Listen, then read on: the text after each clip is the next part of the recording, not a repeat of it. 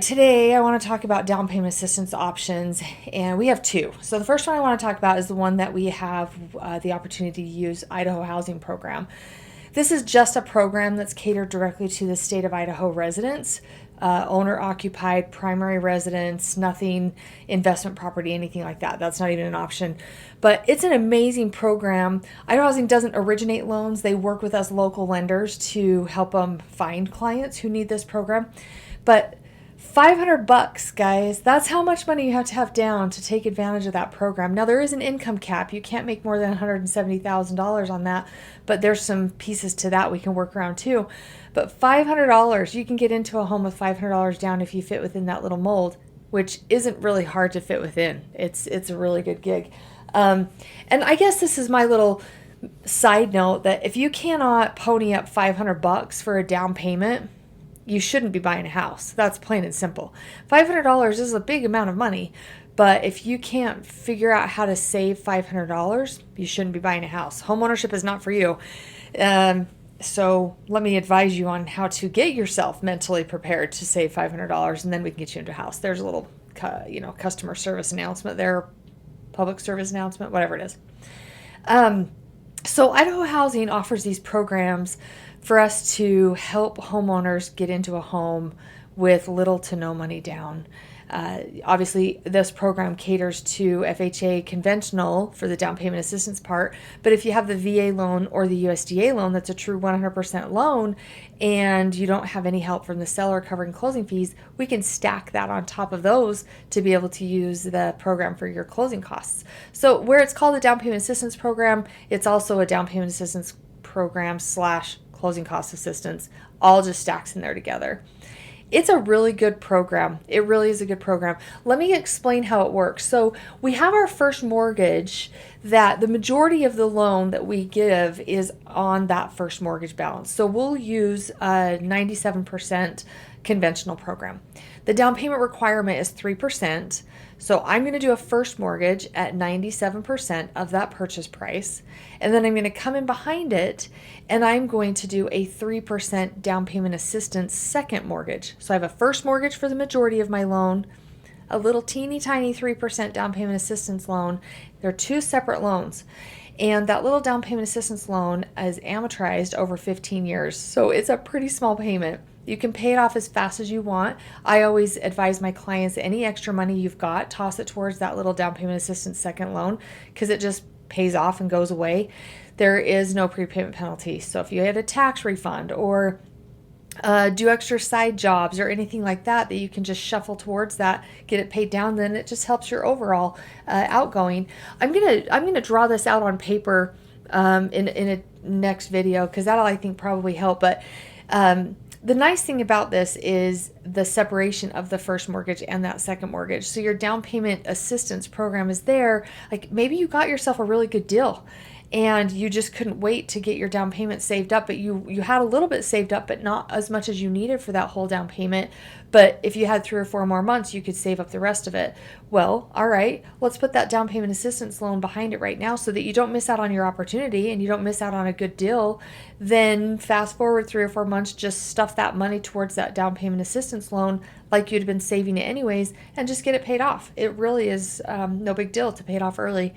The second lien position on that it's kind of nice because it allows you to get in with that $500 down instead of having to have that 3% down on conventional or 3.5% down on FHA.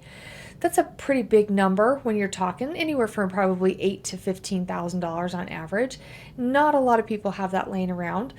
First-time homebuyers, in some cases, do have substantial tax refunds that they get. So let's get you into a home now. Let's get that down payment assistance loan in there. As soon as you get your tax refund, dump that towards that down payment assistance loan. That just is another option as well. Who qualifies on this? If you qualify for the Idaho Housing loan, more than likely you'll qualify for the down payment assistance loan as well. Obviously, the Idaho Housing program has some income restrictions. You can't make over $170,000 for who we qualify on the loan. They want this to be catered towards the people who need it. So if you make $300,000 in annual income, More than likely, you should be able to save some money and bring in your own down payment is kind of the logic there. So 170,000 is the cap. I remember when it was a lot lower than that. And 170 is a pretty decent income for our area still. And the fact that you can get in with no down payment is awesome. Let me explain why we would want to stack this maybe behind the VA or the USDA loan. Both of those loans are true 100% financing. So why would you need some sort of a down payment assistance loan? Well, let's call it a closing cost assistance loan instead. If I was going to buy a home and I just had a stickler of a seller that was not going to help with any closing fees, even if we raised the purchase price to cover those closing fees so the seller would net the same, they're like, nope, we don't want nothing to do with paying for the buyer's closing fees. They should be able to pay for it themselves.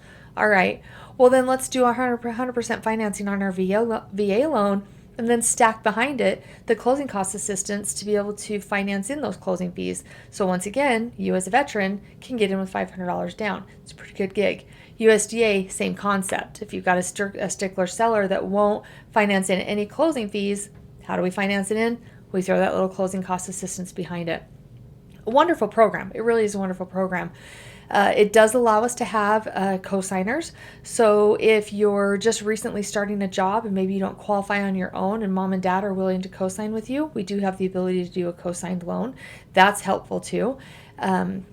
It's also very, very misunderstood that it disappears. It's a grant. It's not. No, it's an actual loan you have to pay back. We have had grants before, but this is an actual loan that has to be paid back and no prepayment penalty once again. So you pay it back as fast as you want, pay it down as fast as you want without any penalty.